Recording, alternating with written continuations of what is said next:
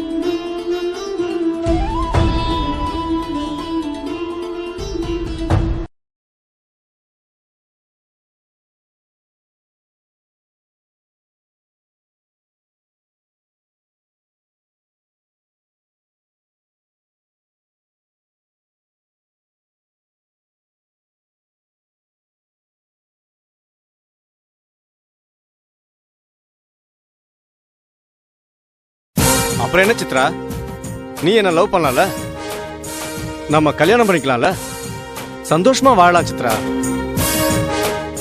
நீ நல்லவங்கிறதுனால உன்னை என்னால லவ் பண்ண முடியாது. உன்னை எனக்கு பிடிக்கும், ஆனா லவ் மட்டும் வேண்டாம். ஏன் பண்ண முடியாது சொல்லு சித்ரா. வாழ்க்கை சந்தோஷமா வாழறதுக்காக தான்.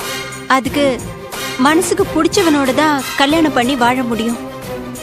வலுக்கட்டாயமா உங்க கூட வாழ முடியாது.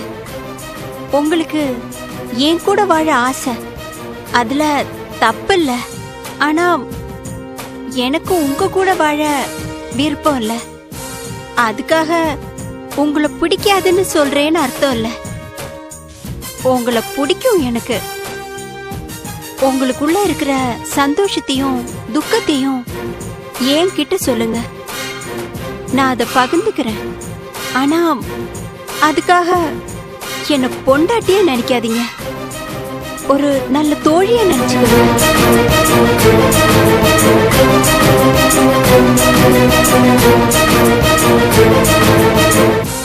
நமக்குள்ள இருக்கிற நல்ல உறவை நீங்க ஏன் காதல்னு பாக்குறீங்க?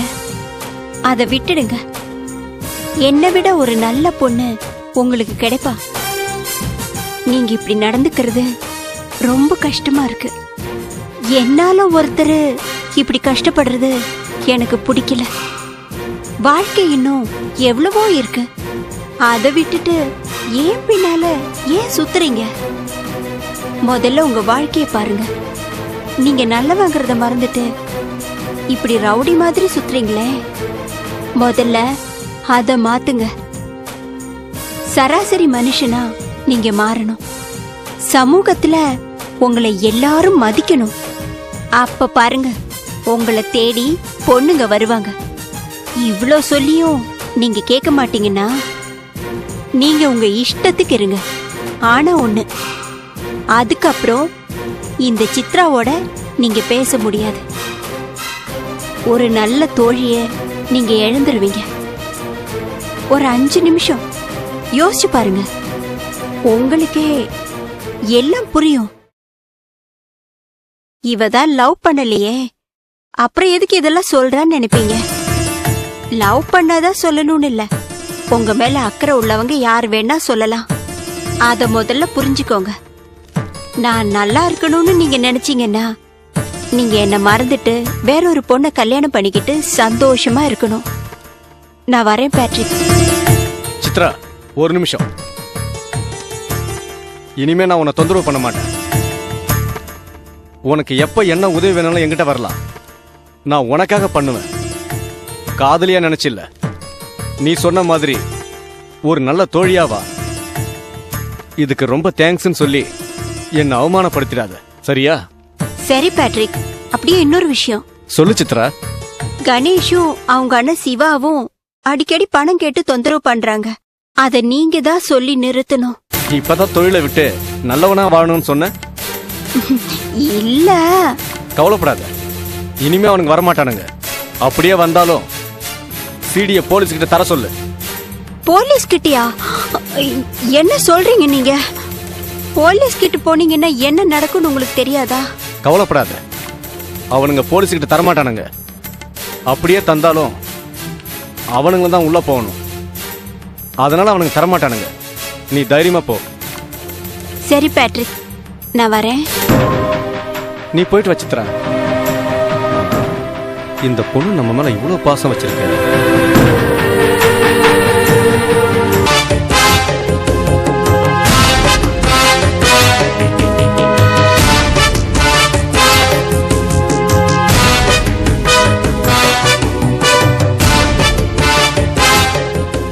ஹாய் ராஜா, எப்படி இருக்கீங்க? வாங்க மாப்பிள்ள. என்ன இந்த பக்கம்? ஏன் ராஜா, உன்னை பார்க்க நான் வரக்கூடாதாண்ணா? உங்களை பார்க்க தான் வந்தேன். என்ன திடீர்னு வந்திருக்கீங்க? அதான் கேட்டேன், என்ன விசேஷம்? மச்சான், உலகத்தில் 1000 உறவு இருந்தாலும் பொண்டாட்டி பிள்ளைங்கள தாய் மாமனை நம்பி தான் விட்டுட்டு போவாங்க. மிலிட்ரிக்கு போகிறவன் தாய் மாமன் வீட்டில் தான் விட்டுட்டு போவான். ஃபாரினில் போய் வேலை பார்க்குறவங்க கூட தாய் மாமன் வீட்டில் தான் பொறுப்பாக விட்டுட்டு போகிறான். அதுக்கு என்ன இப்போ? ராஜா, மலை ஏற போனாலும் மச்சாந்தயம் வேணும்னு சொல்லுவாங்க. உலகத்தில் 1000 உறவு இருந்தாலும் பணம் இருந்தால் தான் பாசத்தை காட்டுவாங்க. ஆனால் மச்சான் மட்டும்தான் பணத்தெல்லாம் பார்க்காம மனசை பார்த்து பாசம் காட்டுவாங்க. இப்போ என்ன மாப்பிள்ள சொல்ல வரீங்க? மச்சான், எத்தனை உறவு நமக்கு இருந்தாலும் உண்மையான உறவு தாய் மாமா உறவு தான். எவ்வளோ பெரிய கோடீஸ்வரனாக இருந்தாலும் அவன் பொண்ணு சடங்குக்கு தாய் மாமன் தான் தலைமை தாங்கி நடத்தி வைப்பான். அவன் தான் முதல் மரியாதை செய்யணும். ஆமாம், நான் இல்லைன்னு சொல்லியே. அப்படிப்பட்ட தாய் மாமன் நீங்கள். என் மச்சான், நமக்குள்ள 1000 இருக்கும். எந்த பிரச்சனையாக இருந்தாலும் நமக்குள்ள தீர்த்துக்கணும். 3வது மனுஷங்கிட்ட போய் சொல்லி பிரச்சனை பண்ணக்கூடாது. எங்கள் சித்தி 3வது மனுஷியா? கண்டிப்பா. அவங்களுக்குன்னு ஒரு குடும்பம் இருக்கா என்ன? பாசம்னா என்னன்னு தெரியுமா? அவங்களுக்கு எதுவுமே புரியாது. அவங்களுக்கு தெரிஞ்சதெல்லாம் கட்ட பஞ்சாயத்து, வெட்டு, குத்து, இதுதான். அவங்க போய் என்கிட்ட லா பாயிண்ட் பேசுறாங்க. என் தகுதி என்ன, என் ரேஞ்ச் என்னன்னு தெரியாம ரோட்ல போறவங்கிட்ட பேசுற மாதிரி வீட்டு மாப்பிள்ளை கிட்ட பேசுறாங்க. அப்படி என்ன தப்பு செஞ்சிட்டேன்? பானு எங்க போயிருக்கான்னு கேட்டீங்க. ஊரை பார்க்க போயிருக்கான்னு சொன்னேன். அதுவும் யதார்த்தமா தானே சொன்னேன். அதை நீங்க தப்பா புரிஞ்சுக்கிட்டீங்க. யாரு? எங்க சித்தியை கேக்குறீங்களா? ஊர் மேல போயிருக்கான்னு நீங்க சொன்னீங்களா இல்லையா? சத்தியமா துண்டு போட்டு தாண்டி சொல்றேன். பானுவை பத்தி நான் அப்படி பேசவே இல்லை. நீங்க ஏதோ யோசனையில அரைகுறையா கேட்டுட்டு என்ன குத்தம் சொல்லாதீங்க. நீங்க சொன்னீங்க, நான் கேட்டேன். இல்ல மச்சான், சரி அதை விடுங்க. நான் அப்படி பேசியிருந்தா நீங்க என்ன பண்ணியிருக்கணும்? ஓங்கி 4 அறை விட்டு ஏன்டா என் தங்கச்சி இப்படி பேசுறேன்னு கேட்டிருக்கணும்ல. அதை செஞ்சீங்களா? அப்படி செஞ்சிருந்தா இனிமே இந்த மாதிரி எல்லாம் பேச மாட்டேன் மச்சான்னு சொல்லியிருப்பேன். நான் உண்மையா அப்படி சொல்லலை. உண்மையா நான் அப்படி சொல்லியிருந்தேன்னா உங்க காலில் விழுந்து மன்னிப்பு கேட்டிருப்பேன். பேசுறதெல்லாம் பேசிட்டு இப்ப மன்னிப்பு கேட்டா சரியா போயிடுமா?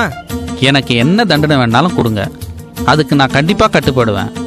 ஏன்னா நீங்க என் மச்சான். ஆனா 3வது மனுஷன் வந்து என்ன மிரட்டுறதுக்கு எந்த உரிமையும் இல்லையே. இதை பாருங்க மச்சான், இப்போ சொல்றேன். எனக்கு அம்மா, அப்பா, அண்ணன், தம்பி, தங்கச்சி, யாரு எந்த உறவா இருந்தாலும் எல்லாத்த விட பெருசா மதிக்கிறது என் பொண்டாட்டி பானுவை தான். அதுக்கப்புறம் தான் எல்லாருமே. எனக்கு உங்க மேல எவ்வளவு பாசம் வச்சிருக்கேன் தெரியுமா? உங்களுக்கு சொன்னா புரியாது. பானுவை கேட்டு பாருங்க. மாப்பிள்ள, நீங்க பேசாம அரசியல்ல சேர்ந்தீங்கன்னா கண்டிப்பா ஜெயிப்பீங்க. நல்லா பேசுறீங்க. பொய் சொல்றவன் தான் யோசிச்சு பேசுவான். உண்மையை பேசுறவன் மனசுல இருக்கிறத அப்படியே கொட்டிடுவான். நான் உண்மையை தான் சொல்றேன். நீங்க சொல்றத நம்பதான் வேணாமான்ட்டு ஒரே யோசனையா இருக்கு. மச்சான், நீங்க நம்பாட்டி போங்க. ஆனா உங்க தங்கச்சி என்கிட்ட சந்தோஷமா தான் குடும்பம் நடத்துறா. அதை நம்புவீங்கல்ல? என் தங்கச்சி தான் சொல்ல மாட்டேன்றாளே. அவ சொன்னாதான் எது நிஜன்றது தெரிஞ்சு போயிடுமே. நம்பல, இவ்வளவு பேசியும் நம்பல. அதுக்கப்புறம் உங்ககிட்ட பேசுறது டோட்டலா வேஸ்ட் தான். சரி மாப்பிள்ள, உடனே கோபப்படுறீங்க. மச்சான், இந்த உலகத்துக்கு நாம நல்லா வாழ்ந்தா பிடிக்காது. யாராவது உள்ள பூந்து குடும்பத்துல குழப்பம் உண்டாக்கிட்டு போயிடுவாங்க. இதையே தொழிலா வச்சிருக்காங்க. கஷ்டமோ நஷ்டமோ எதுவா இருந்தாலும் 4 செவத்துக்குள்ள நம்மளே பேசி தீர்த்துக்கணும். இல்லைன்னா வீதியில போறவங்க கூட விவாகரத்து வரல நம்மளை கொண்டு போய் விட்டுருவான். இது உங்க தங்கச்சி வாழ்க்கை. நல்லவனா இருக்கிறனால தான் உங்க சித்தி பேசுனதை கேட்டு நான் பொறுமையா போயிட்டேன். கொஞ்சம் பொறுமையை விட்டு நான் கோவப்பட்டு வார்த்தையை விட்டுருந்தேன்னா என்ன நடந்திருக்கும்? குடும்பமே 2ஆ போயிருக்கும். உன் தங்கச்சி வாழா வெட்டியா வீட்டுக்கு வந்திருப்பா. என்ன மாப்பிள்ள, ஏதேதோ பேசுறீங்க? உண்மையை சொன்னேன். உன் தங்கச்சி என் கூட என் வீட்டில் வாழறது தான் பெருமை. அவ உங்க வீட்டில் இருந்தா அது அவளுக்கு தான் அவமானம். சரி மாப்பிள்ள, விட்டுருங்க. ஏதோ நடந்து போச்சு. வீணா பேசி எதுக்கு வம்பு வளர்க்கணும்? நம்ம குடும்ப விஷயத்துல உங்க சித்தி தலையிடுறது அவ்வளவா நல்லதில்லை. ரவுடித்தனம் பண்ணி கட்டாயப்படுத்தி யாரையும் யார் கூடயும் வாழ வைக்க முடியாது. அன்பால தான் எதையுமே சாதிக்க முடியும். அடிதடியில காசு தான் சம்பாதிக்க முடியும், தெரியுமா? எங்க சித்தி பாக்குறதுக்கு தான் முரடா இருப்பாங்க. ஆனா உண்மையிலேயே ரொம்ப தங்கமானவங்க. அதை நீ சொல்லக்கூடாது, ஊரு சொல்லணும். ஒருத்தனாவது இந்த ஊர்ல உன் சித்திய நல்லவன் சொல்ல சொல்லு. நீ என்ன சொன்னாலும் நான் கேட்கிறேன். மச்சான், பொம்பளையா இருக்கணும். அதாவது அச்சம், மடம், நாணம், பயிர்ப்புன்னு சொல்லுவாங்களே, அதான் அது இருக்கணும். அப்பதான் மரியாதை. கத்தி, அருவா, கம்பு, கட்ட பஞ்சாயத்து அப்படின்னு இருந்தா பொம்பளைன்னு எப்படி சொல்லுவாங்க? பொறுக்கின்னு தான் சொல்லுவாங்க. சித்தி நல்லதுக்கு தான் போராடுவாங்க. அடிதடின்னு இறங்கிட்டா யாரும் நல்லவங்கன்னு சொல்ல மாட்டாங்க. இப்படி ஒரு உறவு உங்களுக்கு இருந்தா பின்னாடி உங்களுக்கு தான் பிரச்சனை. பணத்துக்கு ஆசைப்பட்டு ரவுடித்தனம் பண்றவங்களுக்கு 1000 எதிரிங்க இருப்பாங்க. அவங்களால நாளைக்கு நமக்கு தான் பிரச்சனையாகும். சொல்றத சொல்லிட்டேன். கேட்கறதும் கேட்காததும் உங்க விருப்பம். இவதான் குழப்புறானோ? இவ்வளோ எதுக்கு? உங்க சித்தி நல்லவளா இருந்தா உங்க வீட்டோட தானே இருந்திருக்கணும். உங்க அம்மா ரொம்ப புத்திசாலி, அதான் கிட்டவே சேர்க்கல. சேர்த்தா உங்க குடும்பத்துக்கு வினையே உங்க சித்தி தான். மனசுல நல்லா வச்சுக்க. மாப்பிள்ள, என் சித்தியை பத்தி நீங்க எப்படி வேணா நினைச்சுக்கோங்க. ஆனா எங்களை பொறுத்த வரைக்கும் அவங்க ரொம்ப நல்லவங்க. எங்களுக்கு ஒண்ணுன்னா அவங்க துடிச்சு போயிடுவாங்க. அவங்க எங்க கூட இருக்கிறது தான் எங்களுக்கு பலம். விடுங்க, விதியை யாரால மாத்த முடியும்? மாப்பிள்ள, நீங்க பானு கூட சந்தோஷமா இருக்கணும்னு தான் எங்களோட ஆசை. அவ சின்னவ, தெரிஞ்சோ தெரியாமல ஏதோ தப்பு பண்ணியிருந்தா அதை பெருசுப்படுத்தாம அவளோட நல்லா வாழணும். அதுதான் எங்களோட ஆசை. மச்சான், உன் தங்கச்சி கூட நான் வாழ்ற வாழ்க்கை மாதிரி வேற எவனாலையும் வாழ முடியாது. வள்ளுவன் வாசுகிக்கு அப்புறம் இந்த கிஷோரும் பானுவும் தான். இனிமே எந்த பிரச்சனை வந்தாலும் நம்ம பேசி தீர்த்துக்கலாம். உங்க சித்தி கிட்ட சொல்லு, இந்த மாதிரி சின்ன சின்ன விஷயத்தெல்லாம் பெருசாக்குற வேலையெல்லாம் வேண்டான்னு. சரியா? நான் வரட்டா? பாய் மச்சி.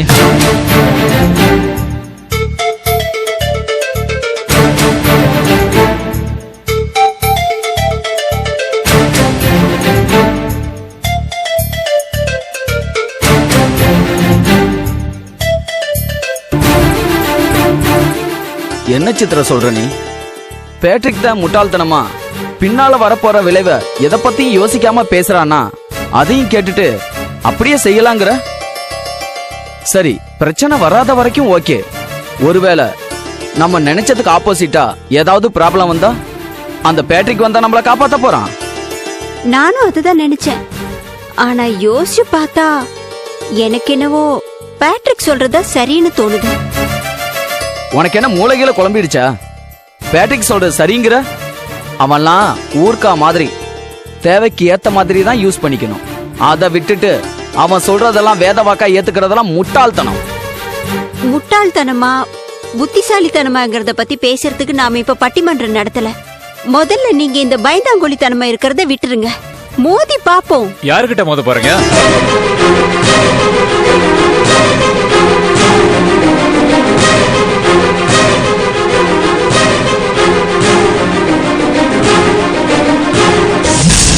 என்ன சார் இப்படி ஷாக் ரியாக்ஷன் கொடுக்குறீங்க? நீ எதுக்கு இப்ப இங்க வந்த? எதுக்கு சார் வருவாங்க? உங்களுக்கு தெரியாதா? அதான் எல்லாம் முடிஞ்சிடுச்சுல, அப்புறம் என்ன உனக்கு இங்க வேலை? யார் சொன்னது எல்லாம் முடிஞ்சிருச்சுன்னு? இனிமேதான் எல்லாம் இருக்கு. இது வரைக்கும் ஸ்மூத்தா நடத்தலான்னு பார்த்தேன். அதுக்கு நீங்க சரி வரல. இப்ப என்னதான் வேணும் உனக்கு? பணம் தான். பணமா? பணம்லாம் தர முடியாது. இப்படி சொன்னா எப்படி? உங்களை நம்பி நிறைய கமிட்மெண்ட் பண்ணிட்டேன். சோ நீங்க தந்துதான் ஆகணும். இல்லனா உங்க மானம், மரியாதை, உங்க கம்பெனி எல்லாம் இல்லாம போயிடும். உங்களுக்கு தெரியாதா என்ன? மானம், மரியாதை, கம்பெனி இதெல்லாம் இருந்தாதான் பணம் சம்பாதிக்க முடியும். ஒரு நிமிஷம் நான் உங்களுக்கு டைம் தரேன். நல்லா யோசிச்சு சொல்லுங்க சார். ஜெயிலுக்கு போறீங்களா இல்ல பணத்தை தரீங்களா? வாய மூடுறா. என்ன விட்டா ரொம்ப பேசிக்கிட்டே போற? ஏ தோடா, எதுக்கு மேடம் டென்ஷன் ஆகுறீங்க? உங்களை ஒன்னும் பண்ண மாட்டேன். நீங்க கவலைப்பட வேண்டாம். உங்களை விட்டு வைக்கிறக்கும் காரணம் இருக்கு. எங்க பேட்ரிக் அண்ணனால தான் உங்களை விட்டு வைக்கிறேன். இல்லனா இல்லனா இல்லனா என்னடா பண்ணுவ? என்ன பண்ணுவேன்னு கேட்டேன். ஏதோ தப்பு செஞ்சிட்டோம். ஒரு தடவை காசு வாங்கினா பரவாயில்ல, அடிக்கடி வந்து காசு வாங்கினா என்னடா அர்த்தம்? அவன் வரான் காசு கேக்குறான், நீயும் வந்து காசு கேக்குற. விட்டா மாமன், மச்சான் எல்லாரும் வந்து காசு கேட்பீங்க போல இருக்கு. காமெடி பண்ணாதீங்க மேடம். காசு தர மாட்டேன்னு நீங்க சொல்லாதீங்க. இதோ இந்த எம்டி சொல்லட்டும், பார்க்கலாம். சொல்லுவாருன்னு நினைக்கிறீங்க? அவர் என்னடா சொல்றது? நான் சொல்றேன், தர மாட்டாரு, தர முடியாது. உன்னால என்ன பண்ண முடியுமோ பண்ணிக்கோடா. சித்ரா, நீ கொஞ்சம் சும்மா இருக்கியா? என்ன சார், உங்களை பத்தி இப்படி பேசுறா, என்ன சும்மாருன்னு சொல்றீங்க? விடு சித்ரா, எல்லாம் நான் பாத்துக்கிறேன். அதான் சும்மா இருக்க சொல்றாருல்ல மேடம், சும்மா இருங்க. நீங்க அவங்கிட்ட பணம் தர முடியாதுன்னு சொல்லுங்க. சார், அவங்க பேச்சு இவங்க பேச்சு கேட்டு முடியாதுன்னு சொல்லிட்டீங்கன்னா அவ்வளவுதான். ஆமா, உங்ககிட்ட பணம் கேட்க கூடாதுன்னு பேட்ரிக் கிட்ட சொன்னீங்களா? நீங்க யாருக்கிட்ட சொன்னாலும் நான் பயப்பட மாட்டேன். எந்த கொம்பனாலும் என்ன ஒண்ணும் பண்ண முடியாது. இன்னும் 2 நாள் டைம் தரேன். அதுக்குள்ள பணம் வந்தாகணும். இல்ல சிடிய போலீஸ் கிட்ட கொடுத்துருவேன். அப்புறம் நீங்க ஜெயிலுக்கு தான் போகணும். போலீஸ் கிட்ட தானே போய் குடுறா. என்னது குடுறாவா? கொடுத்தா என்ன ஆகணும் தெரியும்ல? எல்லாம் எனக்கு தெரியும். என் கூட சேர்ந்து நீயும் உங்க அண்ணனும் தான் மாட்டுவீங்க. நாங்க எதுக்கு மாட்டோம்? கொலைக்கு துணை போனதுக்கும் அதை இத்தனை நாள் சொல்லாம இருந்ததுக்கும் அத வச்சு நீங்க என்கிட்ட வாங்கின பணத்துக்கும் தான். என்ன பயமா இருக்கா? நானே பெரிய கிரிமினல், என்கிட்டயே மிரட்டி பாக்குறியா? பேட் எடுத்தவெல்லாம் டெண்டல்கர் ஆக முடியாது. ஒழுங்கு மரியாதையா இங்க இருந்து போயிடு. மேடம், ஒரு 50,000. டேய் போடான்னா போடா.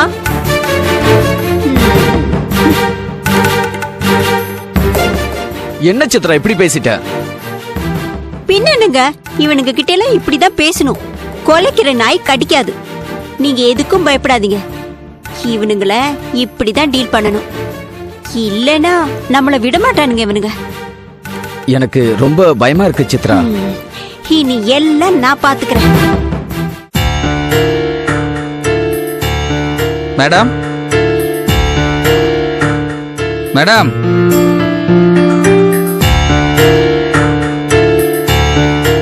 மேடம் இல்லையா?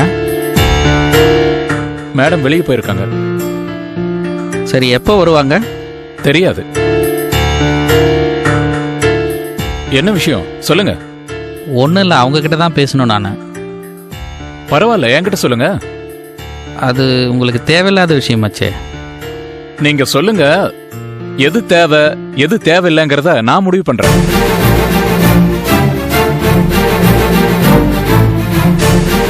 நில்லுங்க, நீங்க எல்லாம் ஒரு மனுஷனா?